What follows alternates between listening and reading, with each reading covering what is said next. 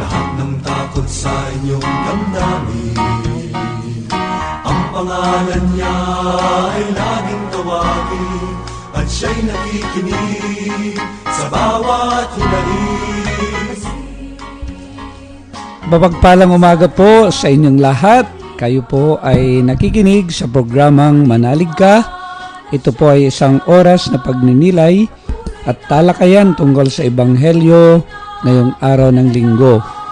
And of course, tayo po ay napakikinggan sa radyo natin Gimba, 105.3 FM at radyo natin San Jose, 103.3 FM. Tayo rin po ay live na napapanood via live streaming sa www.dioceseofsanjose.ne.com at www.rngonline.org. And of course, sa mga kabarangay po natin sa Facebook, ito po yung Facebook account natin, www.facebook.com/manaligka2006. Ito po ang inyong host ngayong linggo na ito, si Father Bong Romano po, ang paring Ilocano. At kasama naman po ngayong umagang ito ang inyo pong Bisayang Laiko Ministro, si Brother Janjan Romero. Oo nga, absent ngayon si brother, si Reverend Richard. Meron po silang youth encounter sa bayan ng Gimba, pero hindi tayo pinabayaan ni Lord. Meron po kaming kasama ngayon, isang youth, so magpapakilala po sa inyo. Magandang binibini. At muli nyo rin pong makakasama ang kabataan ng Mary Health of Christians Parish, si Mary Jane Pascua. Yan, so welcome Mary Jane. So salamat at pinaunlakan mo yung imbitasyon ni Frankie dito sa programang Manalig Ka. Maraming salamat na nandito ka ngayon, nakasama natin. And of course, bago po tayo tuluyang magpatuloy sa ating programa, tayo po muna ay mananalangin at pangungunahan po tayo ngayon ng ating kasamang Laiko Ministro, si Brother Janjan. Yuko po natin ang ating mga ulo. Damin natin ang presensya ng Panginoon. Sa ngalan ng Ama, ng Anak at ng Espiritu Santo. Amen.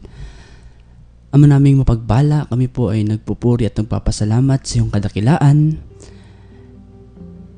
Iniluluhog po namin sa iyo na sana ngayong umagang ito ay pagkaloob mo po sa amin ng iyong banal na Espiritu Santo upang masundan po namin ang iyong kalooban.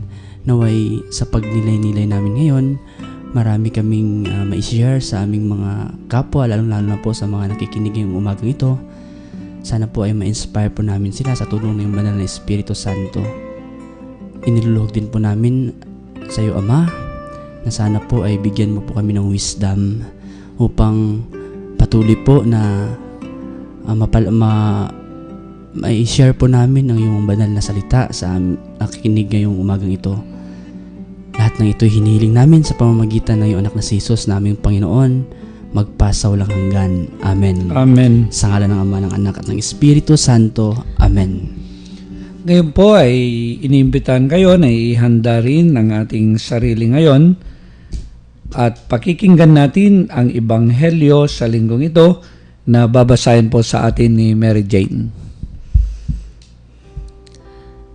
Ang mabuting balita ng Panginoon ayon kay San Lucas. Papuri sa iyo, Panginoon. Sa iyo, Panginoon. Nang dumating ang araw ng paglilinis sa kanila, ayon sa kautusan ni Moises, dinala si Jesus ng kanyang mga magulang sa Jerusalem upang iharap sa Panginoon. Sapagkat ayon sa kautusan, ang bawat panganay na lalaki ay nakatalaga sa Panginoon, at naghandog sila ayon sa hinihingi ng kautusan ng Panginoon. Mag-asawang bato-bato o dalawang inakay na kalapati.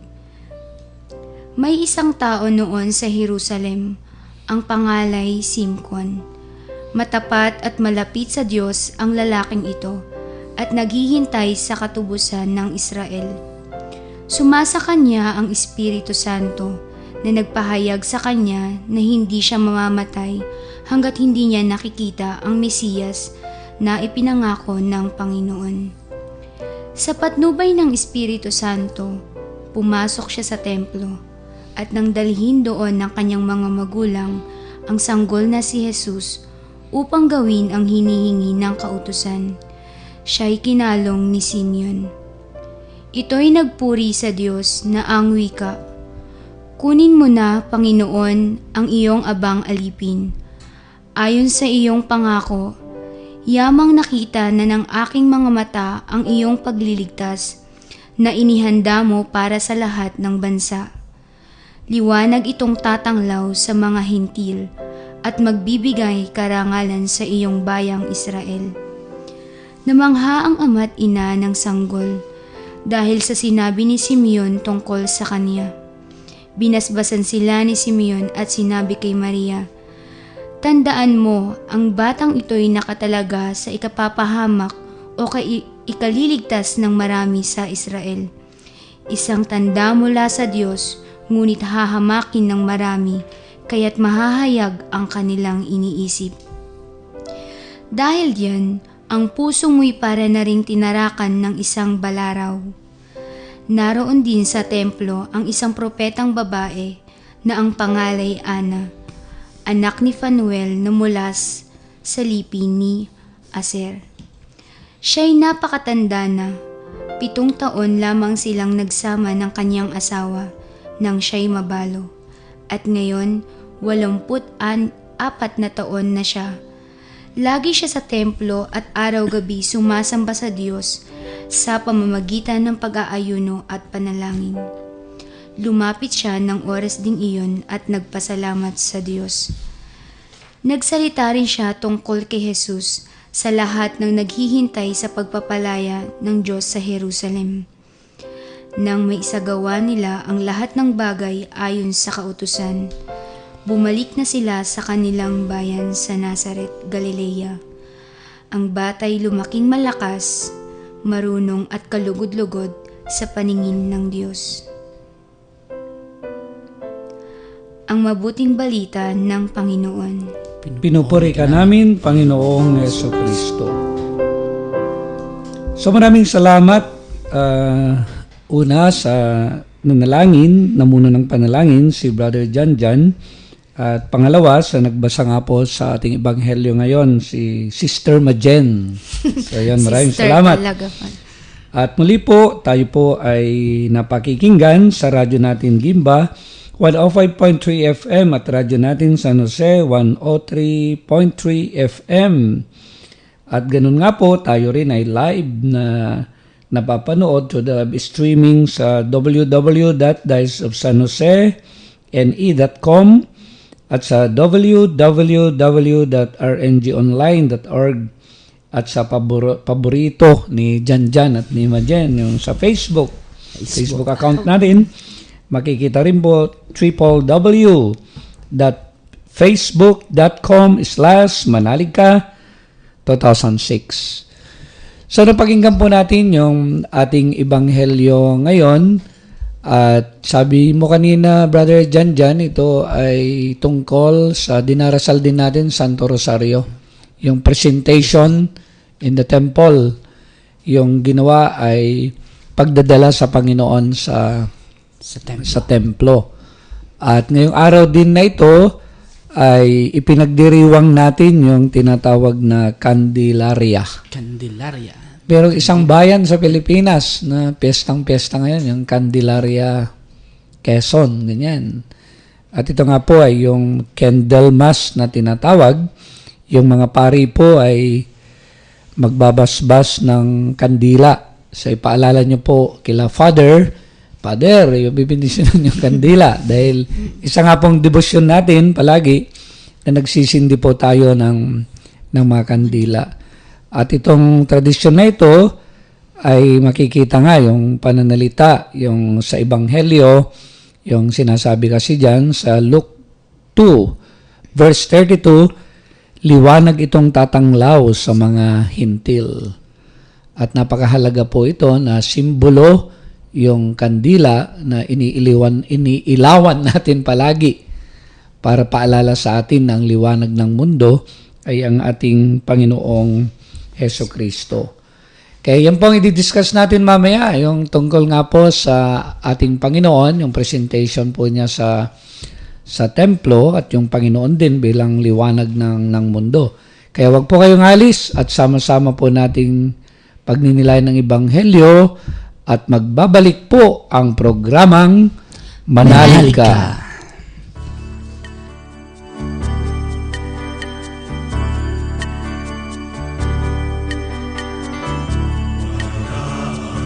May hahandog sa'yo, lagi mula sa kabutihan mo. Ngayon pa man iyong tanggapin, aking alay papanalin. Muli kong handog buhay mong kaloob, kalugdan mo at basbasan. Wala akong maihahandog sa'yo, lagi mula sa kabutihan mo. Ngayon pa man iyong tanggapin, aking alay pamanalin. Mula sa iyo lahat ng ito, buhay ko'y pagharian mo.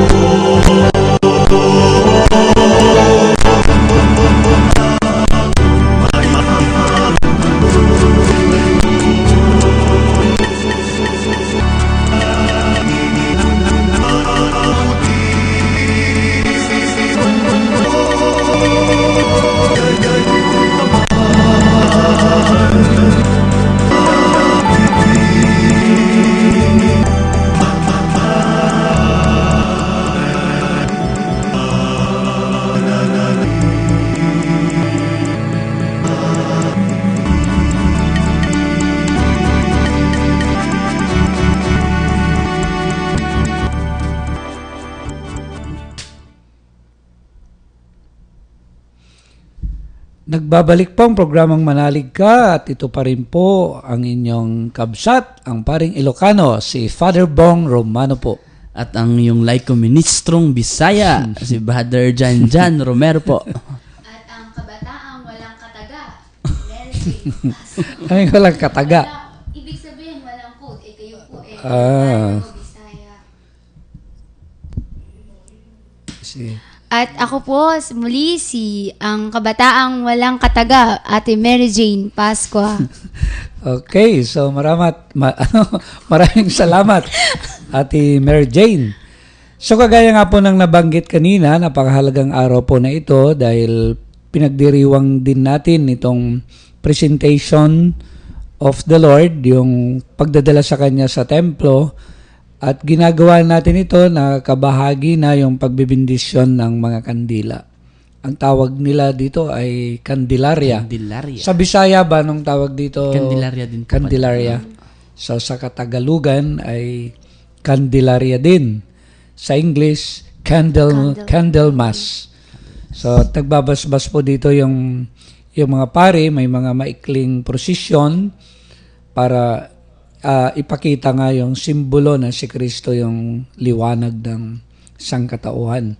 At alam niyo siguro, napakaganda na pag-usapan muna natin yung tinatawag na kahalagan ng kandila sa buhay ng mga nagdidiboto. Ikaw, Majen, kanina parang kinukwento mo na nagsisindi ka rin ng kandila, di ba? Opo, Father. Ba't nagsisindi ka ng kandila?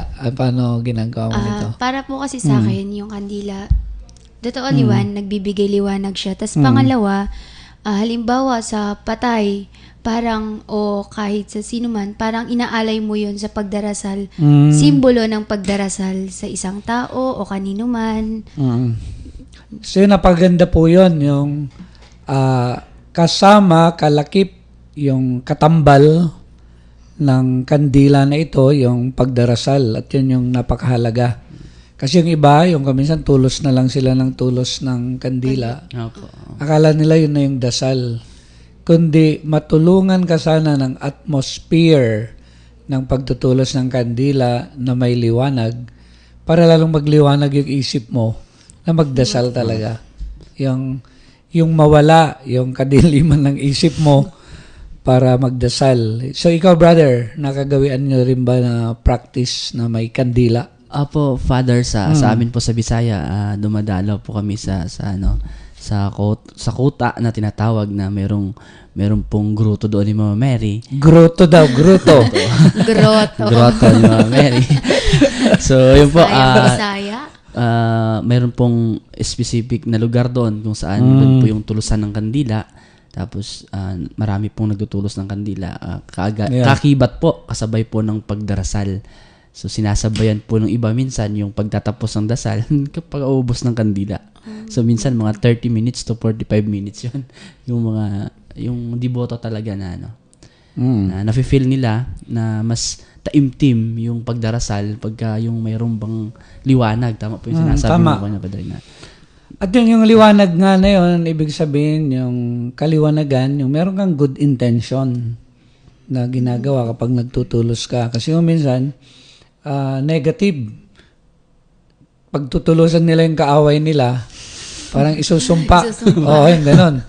Pero yun pala, yung kandila na yan, para magliwanag ka at maliwanagan din kung sino man yung kaaway mo na yan.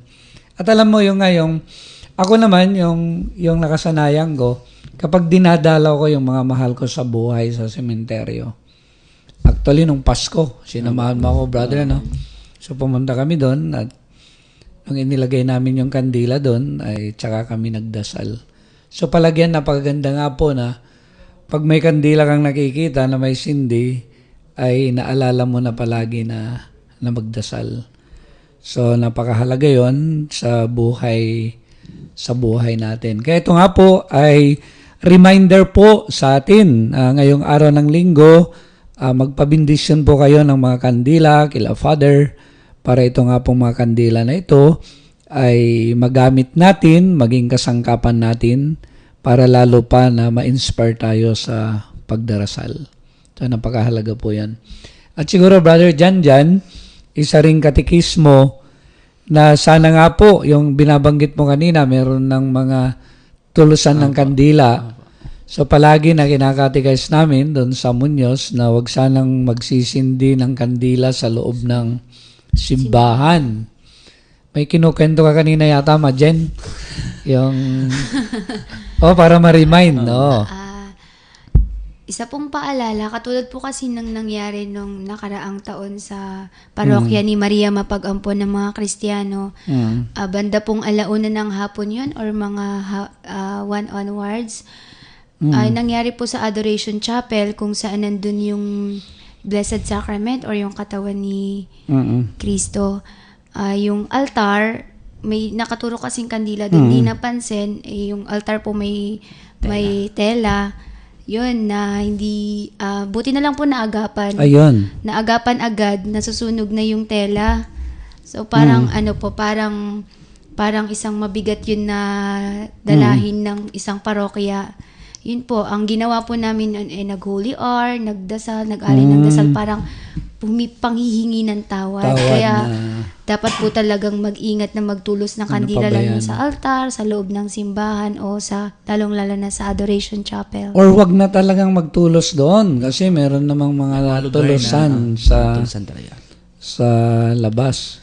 At yung nga doon daw sa sa Muñoz, during the time of Father Ben Roquero, minsan sabi niya, tanghali, naamoy ko, merong amoy sunog.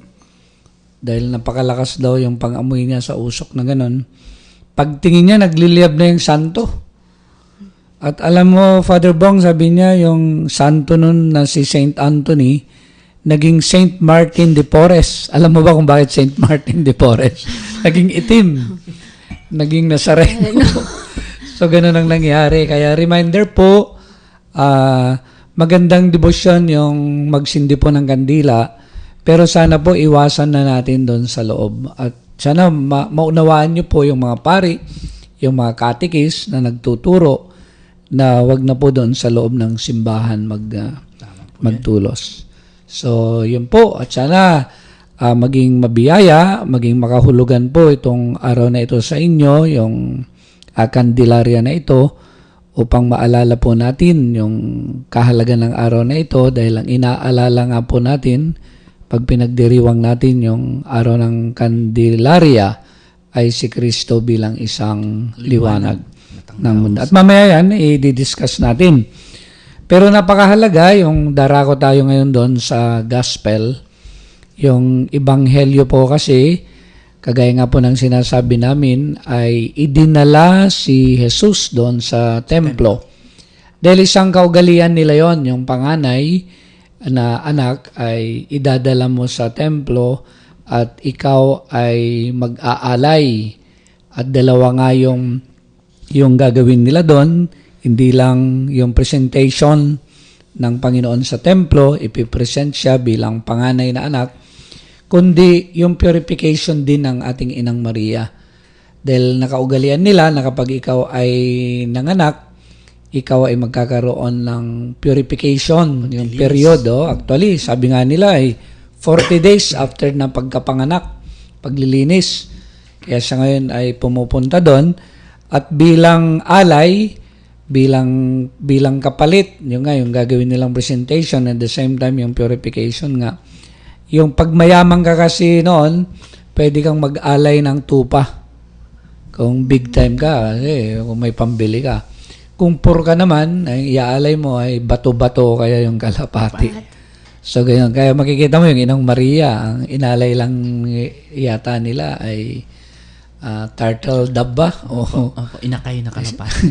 So, inakay na kalapati. Yung ganyan, makikita mo yung kasimplihan ng buhay ng mag-anak. At ito nga po, nung inalay nga po siya sa templo na ito, ay merong isa doon na naghihintay sa katubusan ng Israel. Ang ibig sabihin ay hinihintay niya yung pagsilang ni Jesus. Si Simeon. At tuwang-tuwa siya nung makita na yung bata, ito na yung hinihintay ko. Sabi niya, ito na yung kaganapan. Panginoon, kahit kunin mo na ako. So, biro mo yan, no? Pwede mo na akong kunin, pwede na akong mamatay. Kasi nakita ko na si Jesus. At doon din, meron ding isa pa na nagpatotoo yung babae. Si Ana. At ito nga, yung napagandang pagnilayam po na itong si Jesus na ito, siya yung kaganapan po ng ating buhay. At yung hamon sa atin ngayon ay to accept Him as the fulfillment of our life. Kaya napakahalaga ito, no? So bilang laiko ministro ba, brother, gaano mo pinapahalagan si Jesus?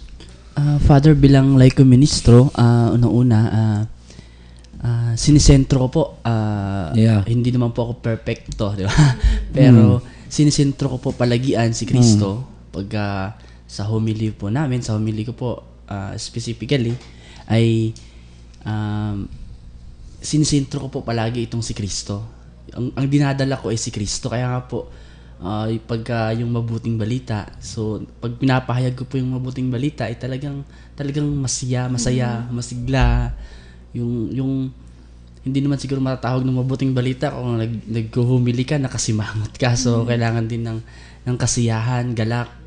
So, palagian, before po kami mag-service sa barangay, ay yung pong ginagawa po natin, Padre, yung common na magkakaroon tayo ng misa, yung mag-attend muna ng misa sa parokya. So, bago po makapag-service sa barangay. Then, itong si Kristo din, una,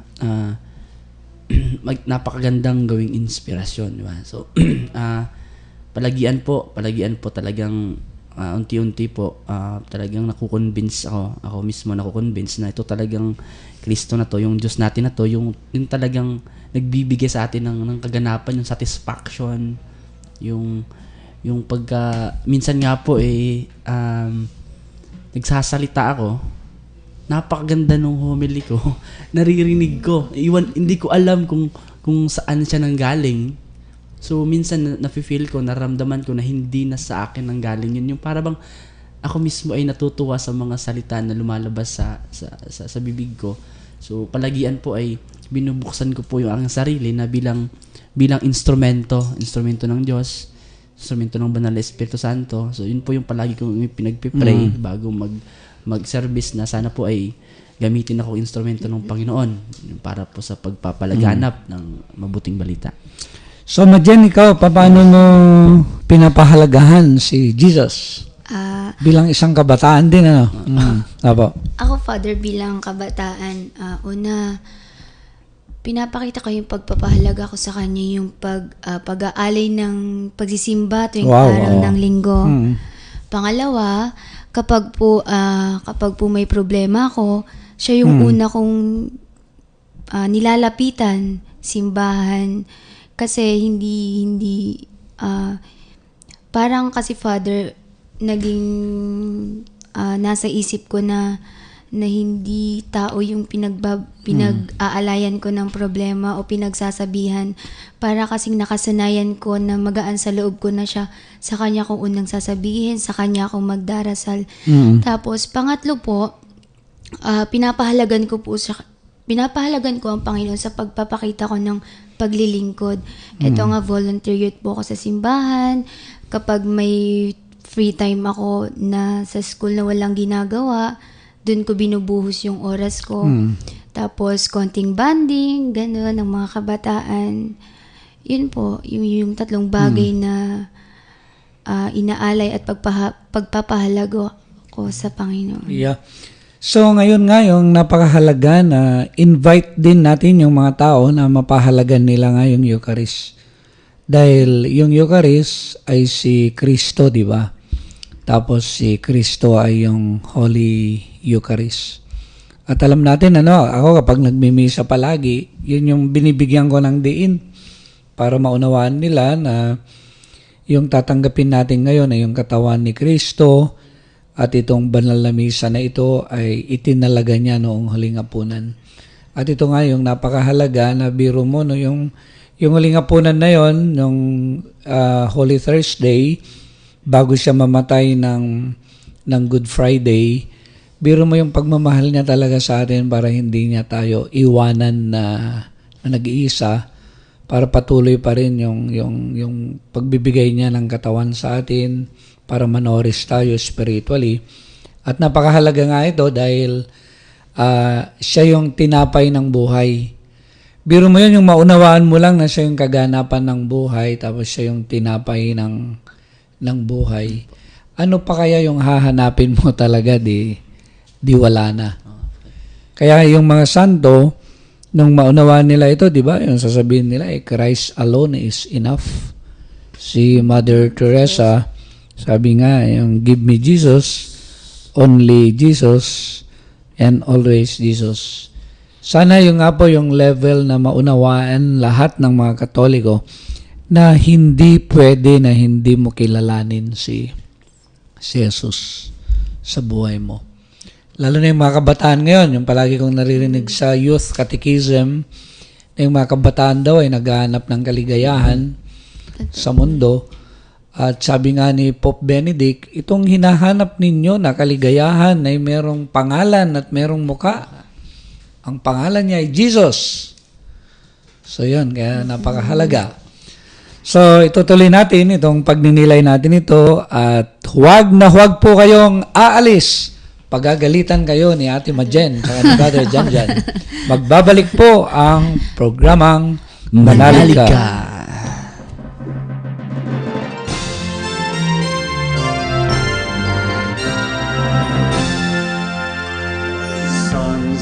God, hear His only word. Gather round the table of the Lord.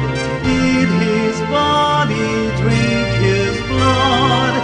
and we'll sing a song of love.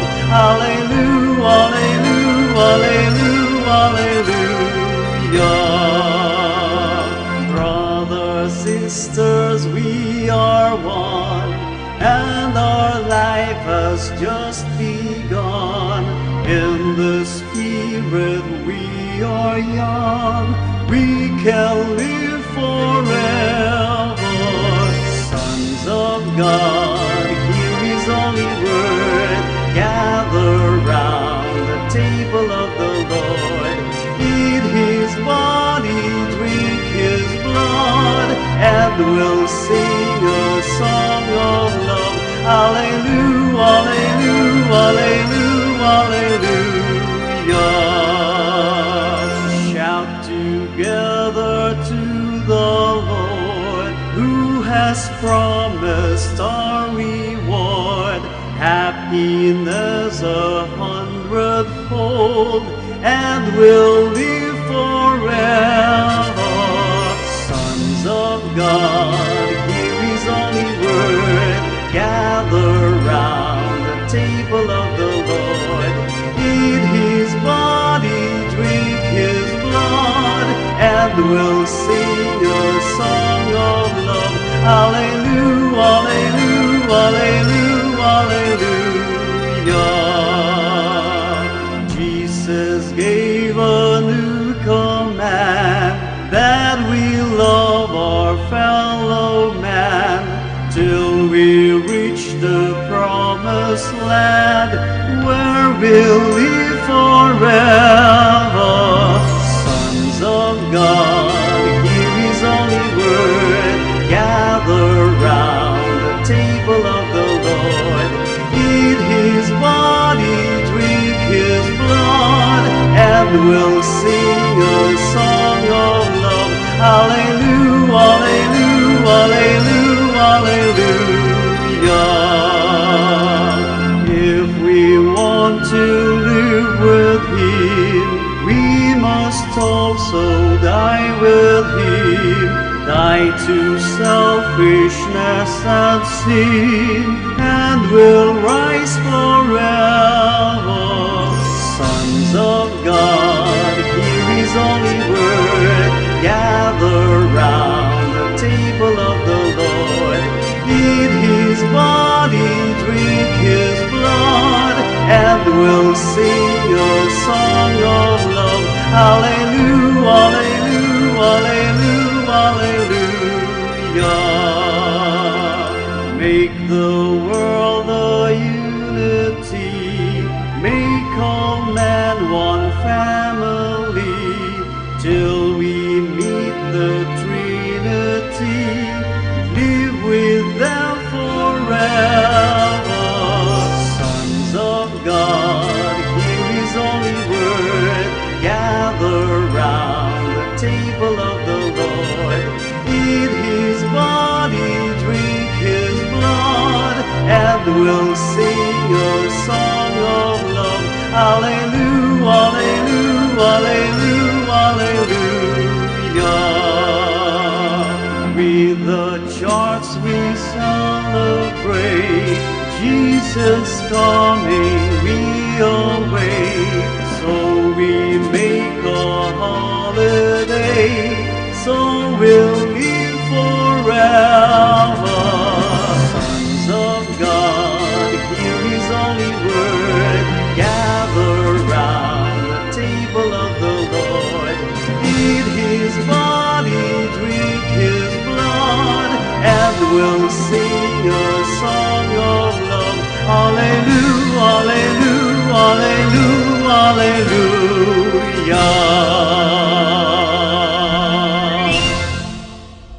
Nagbabalik po ang programang Manalig Ka at ito pa rin po ang inyong kabsat, si Father Bong Romano po.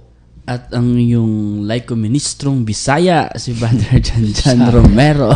At ako naman po si Ate Mary Jane Pascua. Sa kanina pinagdinilayan po natin na ito nga po yung pagdating ng Panginoon, siya po yung kaganapan, yung hinihintay ng ating mundo, at ito nga kung tunay na ma-develop po natin yung ugnayan sa Kanya, ay wala nang hanap-hanapin pa. Sabi nga, di ba, wala nang, may kanta na gano'n. No? At yung nga po, yun siguro yung i-develop po natin kung papaano talaga tayo mag-focus sa ating Panginoon.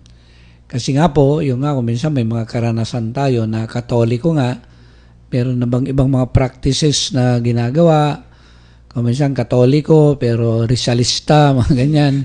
Kung minsan Katoliko, may kulto, mga ganon.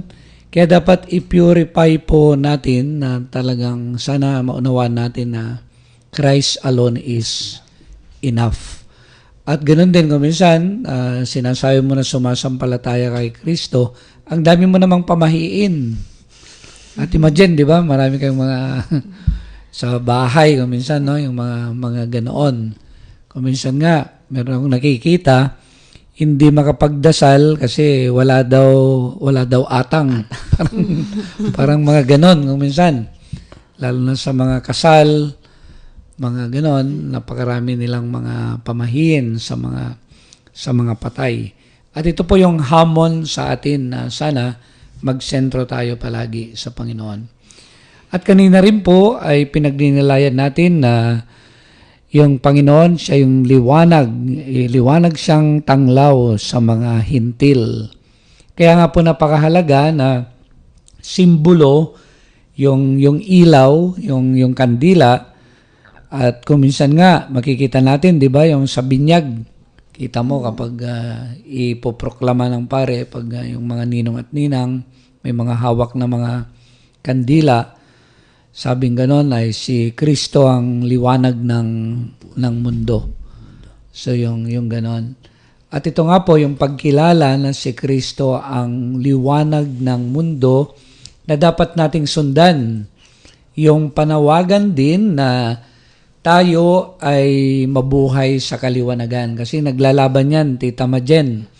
Yung mabuhay ka sa liwanag o mabuhay ka sa kadiliman. Kaya nga sabi, di ba, yung mga magnanakaw palagi ay ginagawa sa gabi. Takot na sa umaga kasi may CCTV. May CCTV camera na. So, yung ganun po, palagian na pag ikaw ay nabubuhay sa liwanag, ay pinagsusumikapan mo na sumunod kay Kristo. Pag nabubuhay ka naman sa kadiliman, ay talagang nandun ka sa tinatawag na masama, na kailangan na maiahon para mabuhay sa tinatawag na kaliwanagan. At ganoon din, yung hamon nga sa atin kung paano tayo magpatotoo bilang liwanag din ni Kristo. Kasi sabi niya, tayo rin daw yung liwanag sa sanlibutan.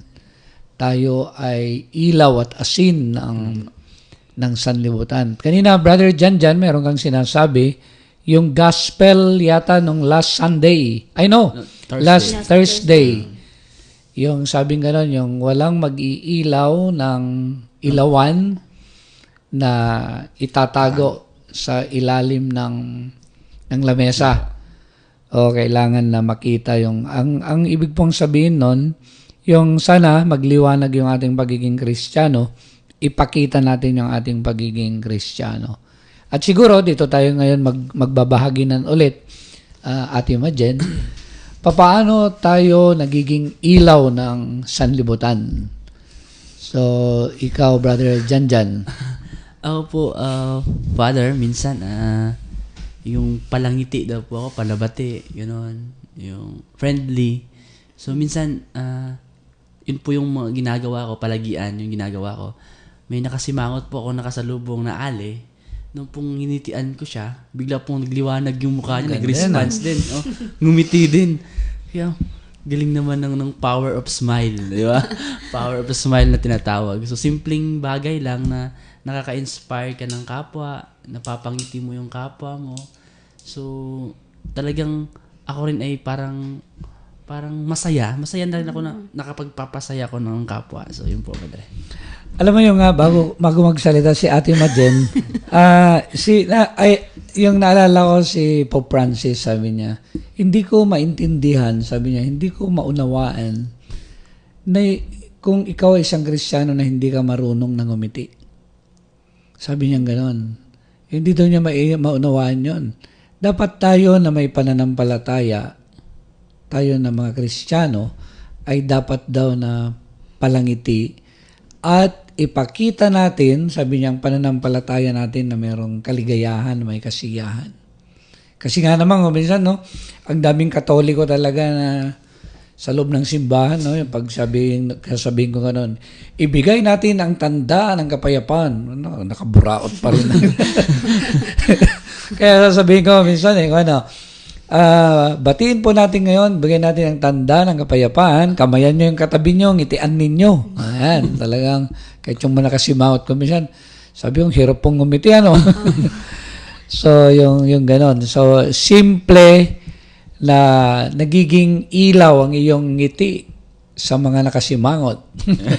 So, ikaw, Ate Majen, paano mo naipapakita na pagpapaliwanag mo yung pagiging Kristiyano?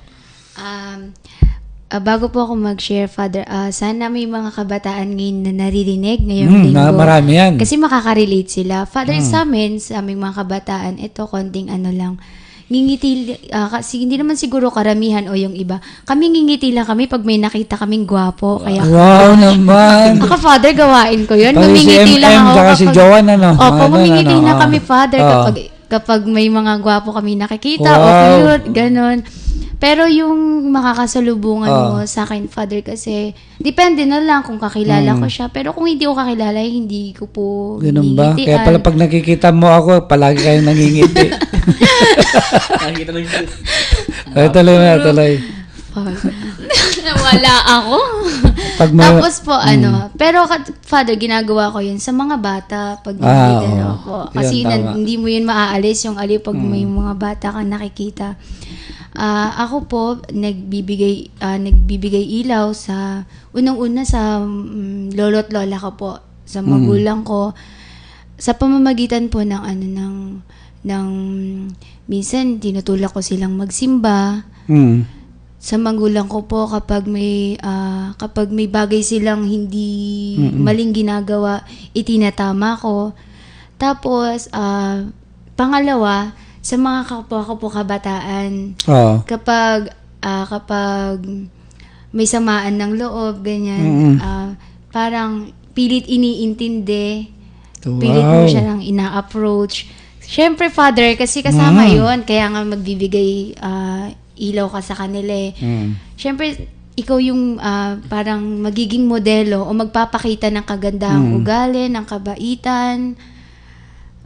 Parang hindi yata. Hindi, Father, ginagawa ko yan sa kapwa ko kabataan. Kahit na may sama ko ng loob sa kapwa ko, pinapakitaan ko pa rin yun ng kabaitan. Kahit minsan ayoko, pero nananaig pa rin. Nandun pa rin sa puso mo yung wag mong gawin yan kasi unang-una, hindi naman maganda yun. Wala ka naman mapapala. Hindi ka naman magiging masaya kung gagawin mo yan. Yeah. Ganun, yung mga bagay. So maganda yon kasi kung minsan, lalo na yung mga youth na hindi pa evangelize, kapag kasi sinimangutan na sila, susuklian din nila ng simangot. Totoo po Pag yan. inaway na, Aawayin din nila. Pag hindi pinansin, magtatampo. ay hindi rin na nila papansinin yung hindi pumansin sa kanila. Kaya ito nga po, yung pagkakaiba ng isang Kristiyano ay makakapagbigay yung gagawin niya kung ano yung mas mabuti.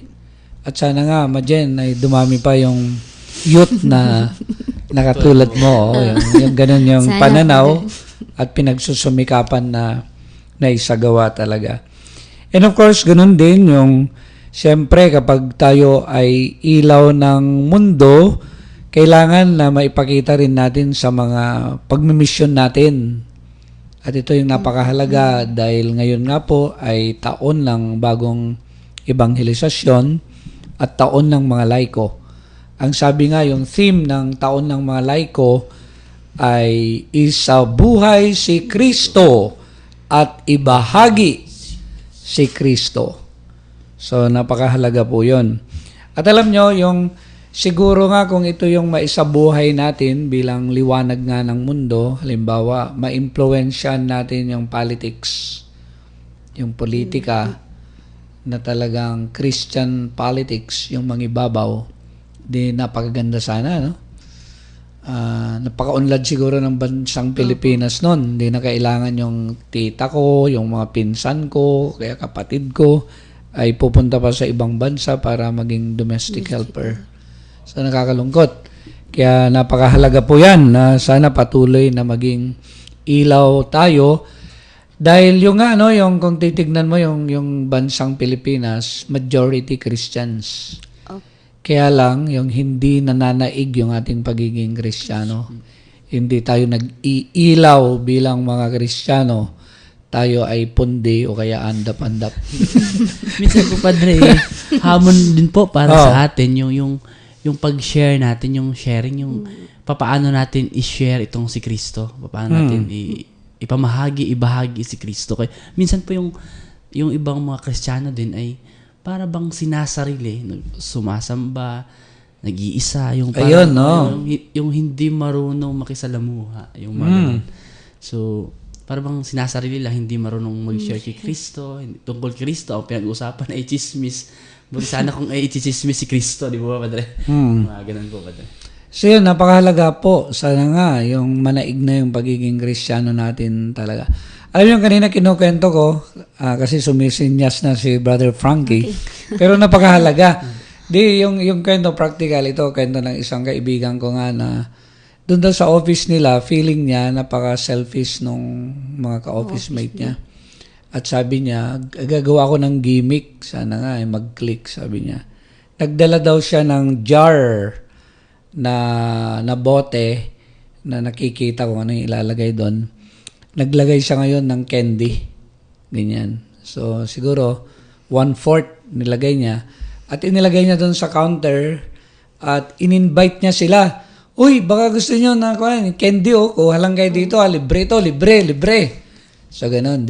Yung iba daw, tumitingin. Merong iba, lumalapit, kumukuha. So, yung following days na din, nilalagyan niya. Para pag naubos, nakita niya, may kumukuha nga, ganun. Tapos, araw-araw, nilalagyan niya. Alam mo, sabi niya, yung ginagawa ko na ganun, I want to be generous, magbigay ng konting pagmamahal. Alam mo, after 1 month, nakikita ko napupuno yung jar. Dahil yung iba na rin daw, ay nagdadala na ng mga ibang candy. Meron ding nagdadala ng chocolate na. Kaya sabi nga, lalo pang sumarap. Ako pinipili ko yung chocolate na. Pero yung mga simple na mga bagay ba na ganon, na pwede nating ipakita yung ating pananampalataya. So, yun po. At napaganda nung bahaginan na ito, yung hamon nga po sa atin, yung Panginoon ay ilaw ng sanlibutan, nawa sa mga maliliit na pamamaraan, o kaya sa malalaking pamamaraan, ay maging liwanag din po tayo. So, wag po muna kayong aalis at magagalit si Ate Majen at si Janjan. Nandito pa rin po kami sa programang Manalig Ka.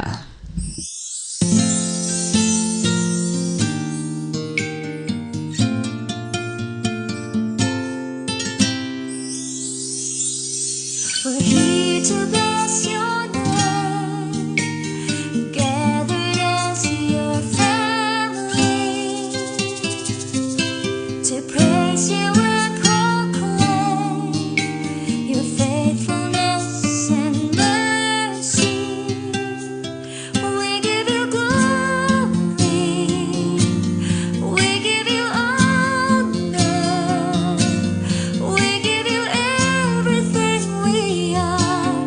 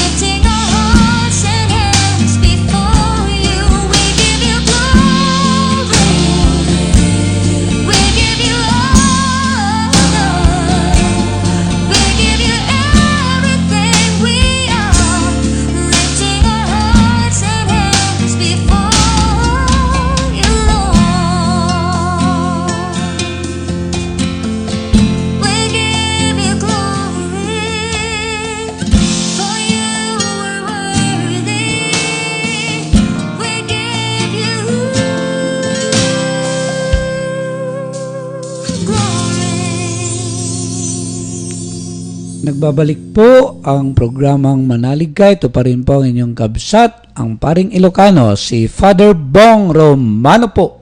At ang Laiko Ministrong Bisaya, si Brother Janjan Romero po. At ito po muli si Ate Mary Jane Pascua. Yan, so patapos na po tayo, pero napakahalaga na balikan po natin. So minomotivate nga po namin kayo na sana ay yung paggamit nga po natin ng kandila, dahil ngayon nga pong araw na ito na linggo ay Candelaria, na nagpapabasbas nga po tayo ng mga kandila. At sana yung mga kandila na gagamitin natin ay gamitin na merong good intentions. Lalo na nga po yung laki pa nito na kapag nagtutulos ng kandila ay merong kalakip na panalangin. At yung isang bahagi po kanina ay pinokus natin ng kaganapan nga po ng buhay natin na yung ating Panginoon, na matanggap natin siya, na siyang napakahalaga po sa buhay natin. Yung pagsumikapan natin talaga na mailagay siya bilang number 1 sa ating buhay at tawa, katulad din nga po ng mga santo, masabi natin na si Kristo ay sapat na sa buhay natin. So kaya sana ma-develop po natin yung union natin with Christ sa pamamagitan ng ugnayan po natin na tapat, taimtim, seryoso at palagian sa banal na Eucharistia. Dahil naniniwala po tayo na the Eucharist is Jesus and Jesus is the Holy Eucharist. At ganoon din nga po yung nandun kanina, yung binasa natin na nasa Luke 2 verse 32, yung liwanag itong tatanglaw sa mga hintil. Pinapaalalahanan nga po tayo ngayong araw na ito na yung Panginoon ang siyang liwanag ng mundo at tayo ay mabuhay dapat sa kaliwanagan. Pagsunod sa Kanya sa tama, pagsunod sa Kanya sa tamang daan. At hindi lang po yun, kundi minomotivate din tayo, ni-inspire tayo ng ating Panginoon na sana nga po ay ipakita natin yung liwanag natin, gumawa tayo ng maraming mga kabutihan. And of course, gumawa rin po tayo ng maraming pagmimisyon, lalo na nga po ngayon na taon ng bagong evangelisasyon. Kaya sana, Brother Janjan, magbahay-bahay palagi. Taon ng mga laiko. Sana tayo, ayun. At yung nga, yung taon ng mga laiko, ang tema nga ay isabuhay at ibahagi si Kristo. Amen. Amen. At ngayon naman ay dumako po tayo sa mga pagbati. So chance mo natin, Jen, na batiin ng mga nakikinig. Bago po ako bumati, maraming salamat po sa patuloy na sumusuporta at nakikinig sa programang Manalig Ka at sa UCAT Study Group. Binabati ko po una po ang Mary Help of Christians Parish at lagi pong nakikinig na si Ate Guy, si Mami Guy po ang secretary ng Mary Help. Binabati ko rin po ang staff ng Radyo Maria, Social Action, sila MM, si Kuya Frankie, tsaka po ang mga volunteer po, sila Joanne. Tapos binabati ko rin po yung mga kapitbahay namin na nakikinig sa Malasin. Wow. So, brother, Magandang umaga po sa ating lahat. Binabati ko po yung mama ko sa Bisaya. Sana po ay gumaling na sa kanyang karamdaman at yung anak ko rin na inuubo-ubo pa. Sana po ay matanggal na yung kanyang ubo. Yung aking nag-iisang asawa. Yun. So, Nag-iisa. nag-iisa. na-justify na palagi yun.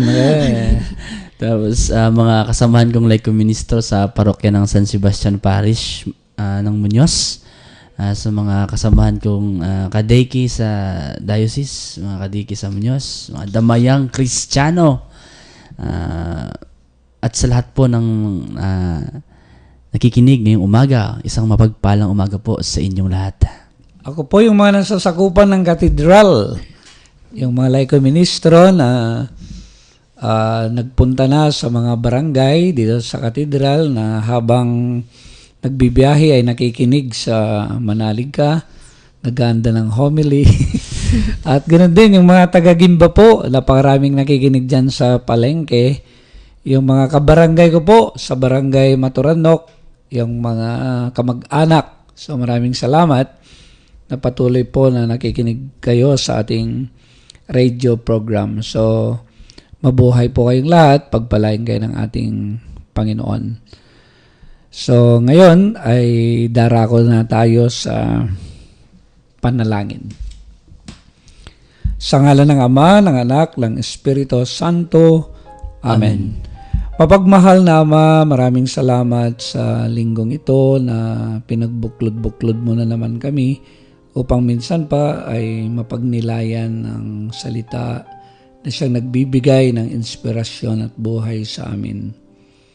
Tunay nga po sana na palagian matuon kami sa iyong anak na si Kristo at palagian din ay sumunod kami sa kanyang liwanag upang tunay na magpatutuo kami bilang mga Katolikong Kristiyano sa pamagitan ng aming mga salita, sa pamagitan ng aming mga mabubuting mga gawa. Tulungan mong bawat isa sa amin na ilayo mo kami sa kalamidad, sa salot, sa peste, nawa alagaan mo po kami. Ang lahat ay niling namin sa ngalan ng iyong anak at ng Espiritu Santo, magpasawalang hanggan. Amen. Ito po ang inyong Bisayang Laiko Ministro, si Brother Janjan Romero. Sige na, Ate At Majan, ito magpaalam po ka. muli, namamaalam si Ate Mary Jane Pascua. Ang inyong pong lingkod na palaging kasama ninyo, ang paring Ilocano, si Father Bong Romano po, Diyos ti Agnina, kada kayo am amin apo. Ang pangalan niya lagi ang tawagin at siya'y nakikimig sa bawat hinaing.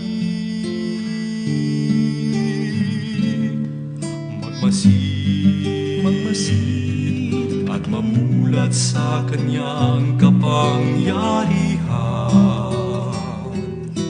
Nabatid mo ba na siya'y naglalaan? Patuloy na naghahatid ng tunay na kalayaan. Manalig ka, tuyuin ang luha sa mga mata.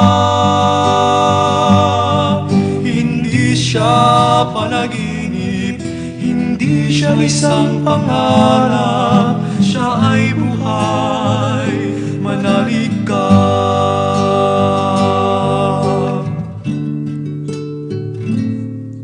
Ang ngayon, tila walang mararating na bukas. Ngunit kung siya ang ating hayaang maglandas, pag-asa ay muling mabibigkas. Manalig ka, tuyuin ang luha sa mga mata. Hindi siya panaginip, hindi siya isang pangarap, siya ay buhay. Manalig ka, manalig ka, tuyuin ang luha sa mga mata. Hindi siya natutulog, hindi nakakalimot kay Jesus.